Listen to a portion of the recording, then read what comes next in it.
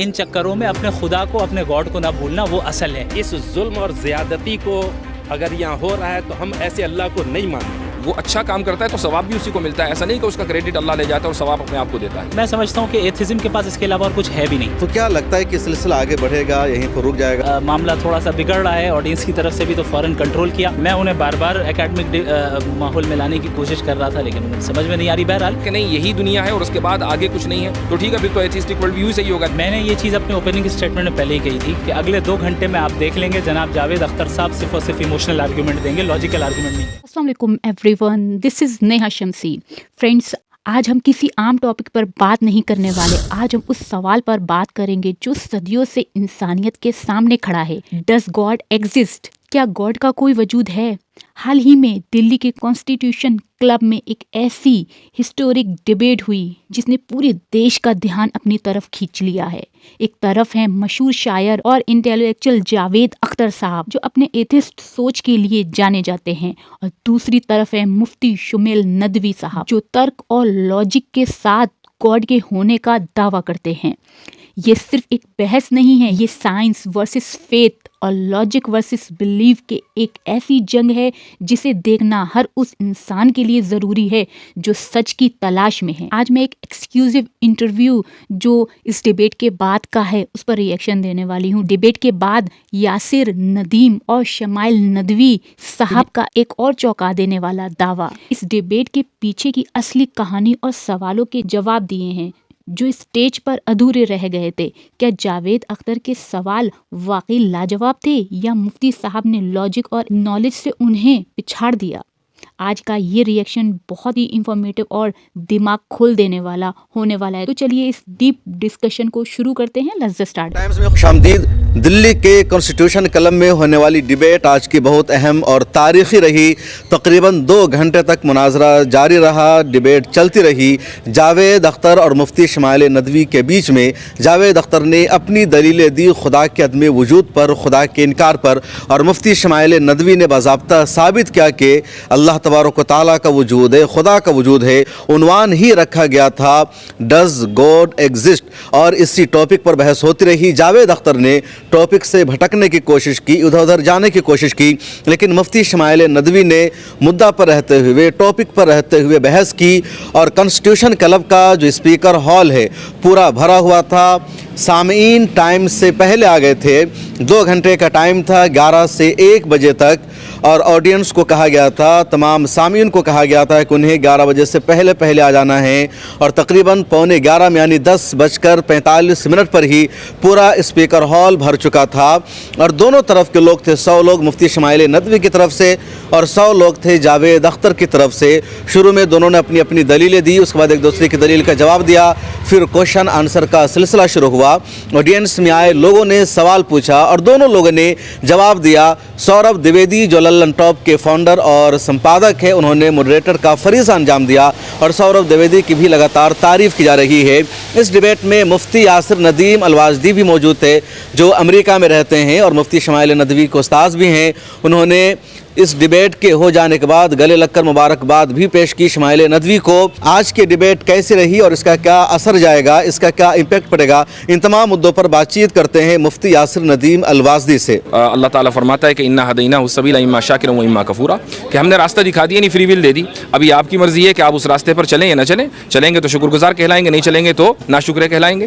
तो एक इंसान अगर गलत काम करता है फ्री विल के नतीजे में तो उसको सज़ा मिलती है, और अगर वो अच्छा काम करता है तो सवाब भी उसी को मिलता है। ऐसा नहीं कि उसका क्रेडिट अल्लाह ले जाता है और सवाब अपने आप को देता है। जावेद अख्तर ने बहुत ज़्यादा इस पर जोर दिया टाइम पर कि कायनात की तख्लीक से पहले या टाइम को वजूद में लाने से पहले अल्लाह क्या कर रहा था, कब से है वो, क्या फ्रेमवर्क है? इसका जवाब बहुत वाज़ेह है, और वो ये कि जो चीज़ टाइमलेस होती है उसके बारे में ये सवाल करना कि वो किस टाइम में था और उस टाइम में वो क्या कर रहा था, खुद एक फैलेशियस स्टेटमेंट है और अब्सर्डिटी है। तो खुदा ताला जो टाइम का खालिक है वो टाइम में कैसे हो सकता है?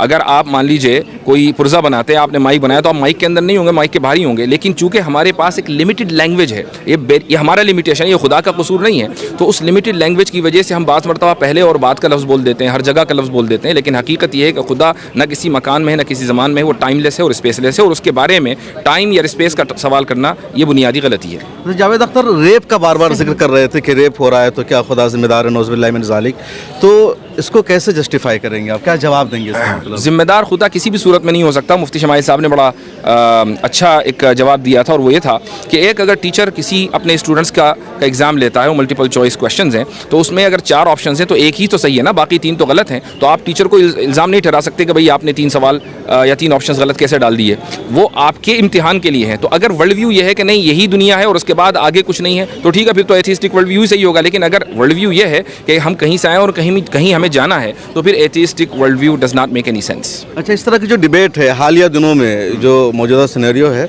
मुझे लगता है पहली मरतबा इस तरह की डिबेट हुई, या काबिर की तारीख में तो इस तरह का है तस्करा, तो क्या लगता है कि सिलसिला आगे बढ़ेगा, यहीं पर रुक जाएगा, इसका कोई अच्छा मैसेज जाएगा? ये सिलसिला आगे बढ़ना चाहिए, और मैं समझता हूँ कि इस डिबेट से, इससे कता नज़र कि किसका पलड़ा भारी रहा किसका नहीं, ये पैगाम ज़रूर जाना चाहिए कि एकेडमिक माहौल में मुख्तलिफ़ुल ख़याल लोग आपस में मिलकर बैठ सकते हैं, बात कर सकते हैं और एक दूसरे की दलीलें सुन सकते हैं। कुछ लोग ये मानते हैं कि अल्लाह के वजूद पर कोई डिबेट नहीं होनी चाहिए, बल्कि तमाम मौज़ूआत पर आप डिबेट कीजिए। हुजूर के ज़माने में भी अल्लाह ताला के वजूद पर कोई डिबेट नहीं हुई। नहीं, मैं नहीं समझता कि हमारे यहाँ जो ट्रेडिशन है इल्म कलाम का कह लें, या पूरा इल्मी जो पूरा कल्चर है, उसमें किसी ने ये कहा हो कि खुदा के वजूद के ऊपर डिबेट नहीं होनी चाहिए। बल्कि हज़रत बाक़िर अलैहिर्रहमा, बाक़िर सादिक, इमाम बाक़िर जिनको कहते हैं, उन्होंने तो बाकायदा खुदा के वजूद पर कई मुनाज़रे किए हैं और बाकायदा वो छपे हुए हैं, और ये मुतज़िला के ज़माने से पहले थे। वैसे आज पलड़ा किसका भारी रहा? ये तो बिल्कुल वाज़ेह है, ऑडियंस ने तय कर दिया है, और आप हमारे चेहरे की खुशी देखकर बता सकते हैं। बिल्कुल। ज़रा सा बातचीत करेंगे मुफ्ती शमाइल नदवी साहब से। आप थे डॉक्टर यासिर नदीम अलवाजदी, अमेरिका में रहते हैं और लगातार इस मौजू पर अब काम भी कर रहे हैं। कॉन्स्टिट्यूशन क्लब के स्पीकर हॉल में ये डिबेट हुई, दोनों तरफ के लोग थे, दोनों तरफ से तालियां बज रही थी, आपने लाइव ज़रूर देखा होगा, और बड़े अच्छे सिस्टम अंदाज में ये हुआ। तो इधर मुफ्ती शमाइल नदवी है, आज उन्हीं का दिन है, फोटो में लगे हुए हैं, तो आपको मुबारकबाद अपने पूरे फैंस के साथ। आज का जो डिबेट रहा कैसा रहा आपके लिए? बहुत मैंने सोचा था कि कुछ थोड़ी ज़्यादा अच्छी एकेडमिक गुफ्तगू होगी, लेकिन बहुत ज़्यादा एकेडमिक हो नहीं पाई। उसकी वजह यह है कि वो टॉपिक से डाइवर्ट हो जा रहे थे। मैं उन्हें बार बार एकेडमिक माहौल में लाने की कोशिश कर रहा था, लेकिन उन्हें समझ में नहीं आ रही। बहरहाल ओवरऑल अच्छा रहा, और जिसे हम कहते हैं कि भाई बल नक़्ज़िफ़ु बिल हक़्क़ि अलल बातिल फ़यदमग़ुहु फ़इज़ा हुवा ज़ाहिक़, तो महज़ अल्लाह का फ़ज़ल रहा, और हमारे जो असातिज़ा हैं और हमारी जो पूरी टीम है, जो स्टेज पे नज़र नहीं आई लेकिन पीछे बहुत काम कर रही थी, जिनमें आप भी हैं, तो जो इन तमाम हज़रात की दुआओं और मेहनतों का नतीजा अल्लाह रब्बुल आलमीन जज़ाए खैर दें। और सच ये है कि जो हक़ है वो वाज़े होकर रहता है। क्या आपको लग रहा था कि आपकी तैयारी पूरी है और वो तैयारी करके नहीं आए, यूँ ही आ गए हैं? मैंने एक्सपेक्ट नहीं किया था कि जो है वो वही बातें करेंगे, और मैं समझता हूँ कि बातें पुरानी, हाँ, और मैं समझता हूँ कि एथिज़म के पास इसके अलावा और कुछ है भी नहीं। बस यही है प्रॉब्लम ऑफ ईविल। आप देख रहे होंगे कि बार बार वही चीज़ें जवाब के बाद भी उठाया जा रहा है। वो हुआ इमोशनल आर्ग्यूमेंट, कि आप इमोशन को ट्रिगर करें, उसको जो है आप जो है चाहें कि भाई लोग मुतासिर हो, इमोशनल हो जाएं, लॉजिक का इस्तेमाल ना करें। तो ये हरबा हमेशा से रहा है एथिस्टिक वर्ल्ड व्यू का, तो बस वही रहा। सौरभ द्विवेदी बता रहे थे कल आप लोगों की बातचीत हुई थी, चाय पर मुलाकात हुई, तो वहाँ पर क्या बातचीत हुई थी? वहाँ पे बस ऐसे ही एक फ्रेंडली माहौल में हम लोगों ने गुफ्तगू की और एक दूसरे से तारुफ़ हुआ। और इसमें कोई शक नहीं कि बहैसियत इंसान बहुत अच्छे आदमी हैं जावेद अख्तर साहब, और बहुत रिस्पेक्टफुल अंदाज़ में उन्होंने गुफ्तगू की। हमने भी उनकी उम्र का लिहाज रखा, हमारे बड़े हैं, और मैं समझता हूँ कि आगे भी उनके साथ रब्ता रहेगा हमारा। तो इनिशिएटिव किसने लिया था कल की मुलाकात का? कल की मुलाकात का ये मुत्तफ़क़ अलैह इनिशिएटिव था दोनों की तरफ से। डिबेट से पहले एक मीटिंग एक बार बैठ जाएं, ताकि चूँकि फ़र्स्ट टाइम मुलाकात हो रही है तो यहाँ स्टेज में अनकम्फर्टेबल फील ना हो, इसलिए आ जाएं। तो आपको लगता है कि आपने जो समझाया जावेद अख्तर पर कुछ असर पड़ा, उनके जो आए हुए लोग थे उन पर कुछ असर पड़ा? ये तो कुछ दिनों के बाद पता चलेगा अभी तो पता नहीं है। तो आगे ये डिबेट जारी रखनी है या सिलसिला यहीं पर बंद होगा? देखिए, मैं समझता हूँ कि एकेडमिक अंदाज में और पीसफुल माहौल में इस तरह की डिबेट्स जारी रहनी चाहिए। ये नहीं कि हर बार मैं ही करूँ, बात करें, डिस्कशन हो, लड़ाई झगड़े नहीं होने चाहिए, जहाँ वायलेंस नहीं होना चाहिए। भाई आपका एक वर्ल्ड व्यू, हमारा एक वर्ल्ड व्यू, आइए एकेडमिक अंदाज में डिस्कस करते हैं कि कौन सा वर्ल्ड व्यू का ज़्यादा फ़ायदा है, कौन सा वर्ल्ड व्यू सही है। अब जिसको जो समझ में आए कबूल कर। मॉडरेटर को लेकर के बहुत ज़्यादा परेशानी थी कि जो मॉडरेटर होगा अपनी जिम्मेदारी निभाएगा या इधर झुकेगा उधर झुकेगा, तो कैसा रहा आपका? सौरभ साहब को तो मैं मुबारकबाद दूंगा, और आज जो है उनके मुतालिक मेरे दिल में और कदर बढ़ी कि चूँकि ज़ाहिर है उनसे पहले मुलाकात नहीं थी तो एक अंदेशा था कि पता नहीं कैसा रहेगा, लेकिन बहुत ज़बरदस्त मॉडरेटर का रोल उन्होंने अदा किया और पूरे टाइम का ख्याल रखा। जहाँ पर उन्होंने देखा कि मामला थोड़ा सा बिगड़ रहा है ऑडियंस की तरफ से भी, तो फ़ौरन कंट्रोल किया, बहुत अच्छा काम किया। तो मैं पूरे लल्लन टॉप टीम की जगह अगर कोई अपना तबसरा कर रहा तो वहाँ पर भी रोका उन्होंने, ऐसा नहीं कि उन्होंने उसको आगे बढ़ाया हो। जी हाँ। अच्छा, ये जो सारी डिबेट हुई तो इसकी पूरी तैयारी किस तरह हुई और आगे क्या प्लान है? जो आपका इदारा है वहीन फाउंडेशन, उसका मकसद क्या है, मिशन क्या है? वहीन फाउंडेशन का बुनियादी मकसद यही है जो आज हुआ है कि एकेडमिक अंदाज में और इल्मी अंदाज में वेस्टर्न आइडियोलॉजीज़ जो एक खोखली आइडियोलॉजीज़ हैं जो इंसानों को सही बिलीफ से दूर ले जा रही हैं, मटीरियलिज्म में मुब्तला कर रही हैं, साइंटिज़म में मुब्तला कर रही हैं, हम बताएं कि देखो इन चक्करों में अपने खुदा को, अपने गॉड को ना भूलना, वो असल है। तो वहीन फाउंडेशन इसी तरह एकेडमिक काम करता रहेगा। आपकी पहली डिबेट थी फाउंडेशन की? जी हाँ, पहली डिबेट थी। अच्छा, गज़ा के मसले पर उन्होंने आपको फंसाने की कोशिश की बार बार, गज़ा पर, रे पर भी, कि गज़ा में जो कुछ हो रहा है क्या इसके लिए अल्लाह ज़िम्मेदार है, खुदा ज़िम्मेदार है? मैंने ये चीज़ अपने ओपनिंग स्टेटमेंट में पहले ही कही थी कि अगले 2 घंटे में आप देख लेंगे जनाब जावेद अख्तर साहब सिर्फ और सिर्फ इमोशनल आर्ग्यूमेंट देंगे, लॉजिकल आर्ग्यूमेंट नहीं देंगे। जब इंसान के पास कोई लॉजिक आर्ग्यूमेंट ना हो तो फिर वो क्या करता है कि वो इंसानों के इमोशंस को भड़काना चाहता है और अपनी तरफ माइल करना चाहता है। तो ये हरबा नया नहीं है, हमेशा से रहा है और मैं इसके लिए प्रिपेयर्ड था अल्हम्दुलिल्लाह। साफ़ मुफ्ती शमाइल नदवी जिनके इदारे ने और इनकी तरफ से ये डिबेट रखी गई, दोनों लोगों ने शिरकत की और सौरभ द्विवेदी मॉडरेटर थे और उन्होंने अच्छी तरह ये फरीज़ा निभाया। ये पूरी डिबेट 2 घंटे की है तकरीबन और अलग अलग अंदाज से हुई। दोनों ने अपनी अपनी बात रखी, फिर एक साथ कन्वर्सेशन हुई, क्वेश्चन आंसर रहा और दोनों तरफ से लोगों ने सवाल पूछा, हर तरह से जवाब देने की कोशिश की गई। आप उस मुकम्मल डिबेट को ज़रूर देखेगा और मुझे दीजिए इजाज़त, फिर मुलाकात होगी। ये जो जुल्म इतना हो रहा है और इस ज़्यादती हो रही है, इस जुल्म और ज़्यादती को अगर यहाँ हो रहा है तो हम ऐसे अल्लाह को नहीं मानते। तो इनका ऐसे अल्लाह को नहीं मानना ही और ये लफ्ज़ का कहना ही, ये एक्सेप्ट कर लिया उन्होंने अपनी ज़बान से कि अल्लाह है। अब अल्लाह सही कर रहा है या गलत कर रहा है वो एक अलग पहलू है जो अलग डिबेट होगा। डज गॉड एग्जिस्ट, उन्होंने एक्सेप्ट कर लिया इस बात पर कि भाई ये हो रहा है, इतनी सा तकलीफ़ें, इतना ये वो, और ऐसे अल्लाह को हम नहीं मानते। तो नहीं मानना अलग चीज़ है, मानना अलग चीज़ है, लेकिन इनके न मानना ही ने साबित कर दिया कि वो अल्लाह है जिसको वो नहीं मानते। सर ये साइंस ये प्रूव करती है कि इसके अंदर भी लाइफ है। देखें, जिस तरीके से हमारे सेंस ऑर्गन्स की एक लिमिटेशन है, लॉजिक की भी लिमिटेशन है, तो उस लिमिटेशन के अंदर जितनी चीज़ें आती हैं, यानी आप अपने लॉजिक और अक्ल से जितनी चीज़ों को जान सकते हैं जिनमें एग्जिस्टेंस ऑफ गॉड भी है, तो वहाँ तो हम लॉजिक का इस्तेमाल करेंगे। लेकिन जब हम ऐसी चीज़ों के मुताल्लिक़ हमसे सवाल किया जाए जहाँ हम ना अपने सेंस ऑर्गन्स के ज़रिए उसे जान सकते हैं ना अपने लॉजिक के ज़रिए जान सकते हैं, तो अब हमें तीसरा सोर्स ऑफ नॉलेज इख्तियार करना पड़ेगा और वो तीसरा सोर्स ऑफ नॉलेज गॉड की रेवलेशन है जो अपने ख़ास बंदों के ऊपर वो भेजता है। ये असल में जावेद अख्तर साहब एक प्रॉब्लम में मुब्तला हैं। उस प्रॉब्लम का नाम है साइंटिज़म। साइंटिज़म कहते हैं कि आप साइंस को ही वाहिद सोर्स ऑफ नॉलेज बताएं। आप बताइए मोरालिटी को साइंस से आप साबित कर सकते हैं?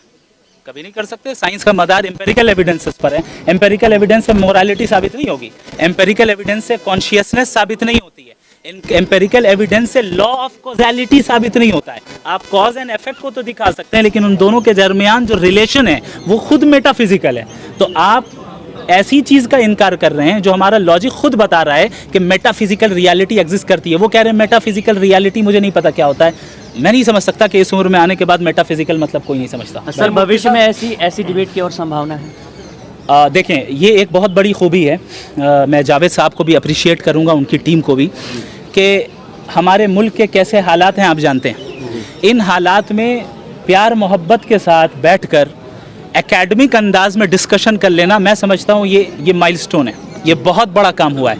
और मैं समझता हूँ कि डिफरेंट जो आइडियोलॉजीज़ हैं सबको लड़ाई करने के बजाय भाई ऐसे ही बैठ के प्यार मोहब्बत से बात कर लो ना, साथ में कॉफ़ी पीते हैं और बात कर लेते हैं। आप अपनी बात साबित करें, हम अपनी बात साबित करें, फिर लेट ऑडियंस डिसाइड। जिसको जो समझ में आए वो करें। जिस दिन ये हम करने लग जाएं इस मुल्क में, याद रखें इस मुल्क में कोई दंगा फसाद नहीं होगा। मुफ्ती साहब, एक बेसिक सा सवाल अक्सर जावेद साहब या उन जैसे और बहुत सारे लोग हैं जो उठाते हुए नजर आते हैं कि अगर वाकई गॉड एग्जिस्ट करता है तो फिर जो गलत काम है उसको परमिशन कैसे मिल जाती है? ये हमने बताया। देखें भाई, बहुत कई बार समझाया, मुझे नहीं समझ में आया कि उनको क्यों नहीं समझ में आ रहा है कि एग्जामिनेशन हॉल में हम और आप यहाँ इस दुनिया में यूं ही नहीं आए हैं। हमारा world view, theistic world view यही है। हम इस दुनिया में एक पर्पस के तहत आए हैं और इस पर्पस के तहत जब आए हैं तो हम सब गॉड के सामने अकाउंटेबल हैं और हमारी अकाउंटेबिलिटी इविल के बगैर हो सकती है। एक इंसान के पास अगर इविल करने का ऑप्शन ही ना हो, वो तो मजबूर हो गया ना अच्छा काम करने पे, तो फ्री विल कहाँ रहा? लेकिन हम जानते हैं हम और आपके फ्री विल मौजूद है। तो खुदा ने लिखा है ना। तो मुकद्दर का मतलब आप क्या समझते हैं? मुकद्दर का मतलब ये नहीं होता है कि तकदीर में जो खुदा ने लिख दिया और फोर्स कर दिया। तकदीर is the knowledge of Allah, Muqaddar is the knowledge of Allah. For example, एक डॉक्टर है, उसने देखा एक मरीज की हालत इतनी ख़राब हो गई है कि ये 1 महीने से ज़्यादा ज़िंदा नहीं रह पाएगा। उसने अपनी डायरी में लिख दिया कि भाई ये 1 महीने के अंदर मरेगा, और वो मर गया। क्या डॉक्टर के लिखने की वजह से मरा या अपने कंडीशन की वजह से पड़ा? केस में तो ऐसा नहीं होता। हर एक केस में ऐसा ही होता है। हर एक केस में ऐसा ही होता है। खुदा हर चीज़ का इल्म रखता है। डॉक्टर में और गॉड की फर्क है, कोई तशबीह नहीं है दोनों के दरमियान। लेकिन मिसाल आपको समझाने के लिए दे रहा हूँ, आप उसको पकड़ ले रहे हैं, लेकिन आगे जो मैं कह रहा हूँ वो नहीं समझ रहे। मैं ये कह रहा हूँ कि गॉड का नॉलेज है मुकद्दर, यानी गॉड को मालूम है कि आप अपने फ्री विल का इस्तेमाल करके क्या करने वाले क्या नहीं करने वाले। उसने पहले ही उसको लिख दिया अपने नॉलेज के हिसाब से, उसे मुकद्दर कहते हैं। लेकिन उसने फोर्स नहीं किया आपको गलत काम करने। फिर उन्हें मालूम है तो इम्तिहान क्यों लेते हैं? जो पर्चा लिखते हैं फिर वो भी एक गॉड फेथ कह रहे हैं आप, वो भी हो सकता है। क्या जो धीरेन्द्र शास्त्री पर्चा निकाल रहे हैं, किसी के भी नाम से पर्चा निकाल दे रहे हैं, सब कुछ उसमें हो जा रहा है, फिर उसको कैसे देख रहे हैं? क्या वो देखें, गॉड है या ये क्या बात कर रहे हैं आप, मुझे समझ नहीं आया। बहरहाल कुछ थोड़ा बहुत समझ में आ रहा है, तो जो कॉन्सेप्ट है समझ में आया मैं बताता हूँ। देखें, जब हम गॉड के एग्जिस्टेंस की बात कर रहे हैं ना, so we don't own each and every person. अब गॉड के नाम पे कोई गलत काम कर रहा है तो इसमें गॉड का क्या कसूर है? तो दोस्तों, अभी हमने देखा कि डिबेट ख़त्म होने के बाद भी दिमागों में सवाल चल रहे हैं। इस इंटरव्यू से एक बात तो साफ है भाई कि ये जंग सिर्फ अल्लाह या भगवान को मानने या ना मानने की नहीं है, बल्कि ये जंग है 2 अलग अलग वर्ल्ड व्यू की। जावेद अख्तर साहब ने इंसानी दुख और तकलीफ़ों, ईविल का जिक्र करने का सवाल उठाया और मुफ्ती साहब ने उसे इम्तिहान और फ्री विल से जोड़ दिया। लेकिन इस पूरी वीडियो की सबसे खूबसूरत बात पता है क्या है? कि इतने बड़े इख्तलाफात के बावजूद दोनों साइड ने आपस में बैठकर कॉफ़ी भी पी और एक दूसरे की इज्जत करते हुए बात की। मेरे हिसाब से सच की तलाश कभी रुकनी नहीं चाहिए। लॉजिक और फेथ का ये मुकाबला जीत और हार का नहीं है, बल्कि सीखने का है। आपको क्या लगता है, क्या लॉजिक से खुदा को साबित किया जा सकता है या ये सिर्फ एक यकीन का मामला है? अपनी राय नीचे कमेंट बॉक्स में ज़रूर शेयर कीजिएगा, क्योंकि आपका हर एक सोच इस बहस को और बेहतर बनाएगी। वीडियो पसंद आई हो तो लाइक करें और ऐसी ही वीडियो के लिए मेरे चैनल को सब्सक्राइब करना ना भूलें। मिलती हूँ नेक्स्ट वीडियो में। जज़ाकल्लाह खैर।